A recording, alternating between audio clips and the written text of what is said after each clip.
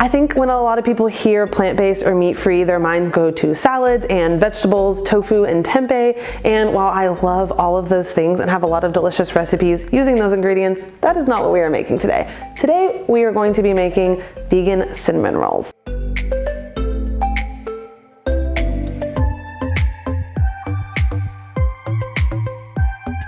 Now these are not healthy. I am not claiming that they are. They have flour and sugar and a lot of really delicious things in them, but they're amazing and I'm really excited for you to try them. One of my absolute favorite parts of this recipe is that you can make it ahead of time. You can do most of the work the night before, and then basically right before they're ready to just be popped into the oven, you can instead put them in the fridge before they do their second rise, and then in the morning all you have to do is take them out of the fridge. I like to leave them sitting on the counter for about 30 minutes before I'm ready to bake them so they can do that second rise, and then just pop them in the oven and they're ready. You do have to make the frosting to put on top, but that takes just a couple minutes, and then you have breakfast ready. So I find this recipe really great for holidays. So for us on Christmas morning, I don't want to have to be fiddling around with cinnamon rolls for an entire hour to have breakfast ready. So instead what I do is once I put my toddler to bed, I get the cinnamon rolls all ready and then just put them in the fridge. So the next morning, basically as soon as we wake up, I'll take them out of the refrigerator and put them on the counter, and then 30 minutes later, 30 minutes to an hour later, just pop them in the oven and they're ready. You don't have to do any work. You do have to wait a little bit for them to bake and for them to do the rising, but it's no work, because like who wants to do work in the morning to have a delicious meal? Not me. So again, this is just a classic cinnamon roll recipe that's just like the original, except it has no animal products in it, which I love. And because I know I'm going to get asked this question, you can make these gluten-free, but the only way I have tried it so far is by using a 1-to-1 gluten-free substitute.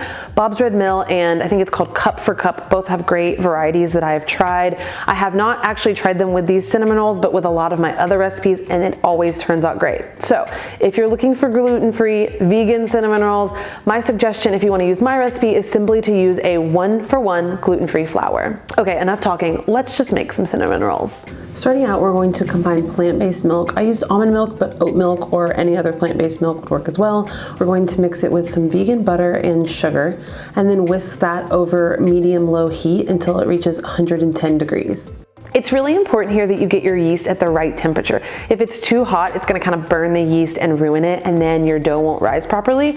And on the opposite side of that, if it's too cold, if you don't get it closer to that 110 degrees mark, then you're not gonna activate the yeast, and again, your dough won't rise. So do your best to get it to 110 degrees. If you have a kitchen thermometer, I highly suggest using that, and I just make sure it's at 110 degrees.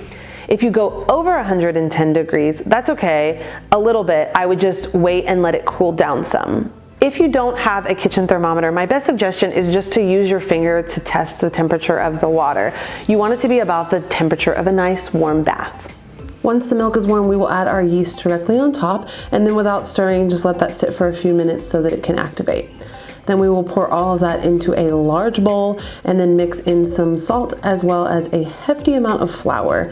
Mix that until it is fully combined, and then once it is so, we will cover it and let it do its first rise. This recipe does require 2 rises. So the first one is after you've mixed everything together in the bowl, and then you want to leave it to sit in a warm spot until it's risen about to double the size it originally was. Sometimes mine gets to like 3/4 of the size, and that about works for me. And then again, the second rise is going to be after you've rolled up the cinnamon rolls and they're on the sheet. And that's the point where before you do that second rise, you can put them in the fridge if you're making them the night before.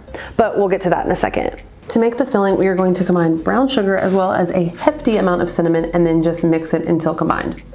Once the dough is finished with its first rise, we are going to add a little bit more all-purpose flour in, and then mix it with a wooden spoon until it's mostly combined. It's going to be quite shaggy as you see, but that's okay. Then we're going to turn it out onto a well-floured surface and then just knead it a few times before rolling it out into a 15 by 9 inch rectangle. Next, we're going to take some softened butter and spread it out evenly across the dough, and then sprinkle on that brown sugar cinnamon mixture. Finally, roll the dough up carefully but tightly so that everything is nicely tucked in there, and then lay it seam side down on your surface.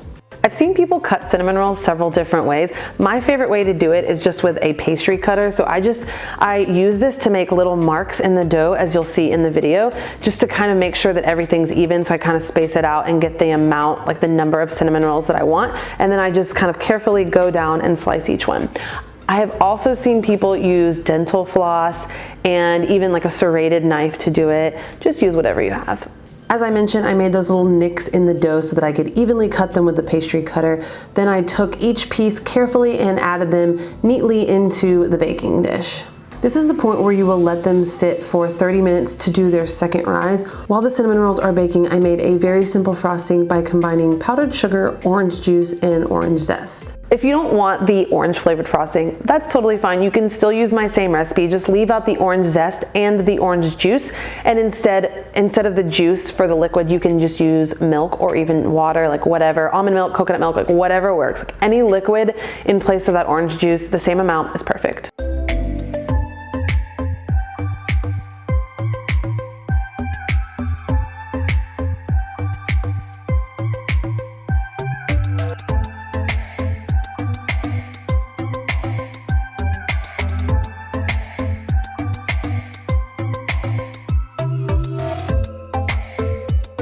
All right, so that's it for these vegan cinnamon rolls. I really love how this recipe came out. I worked on it for a long time and it's absolutely perfect.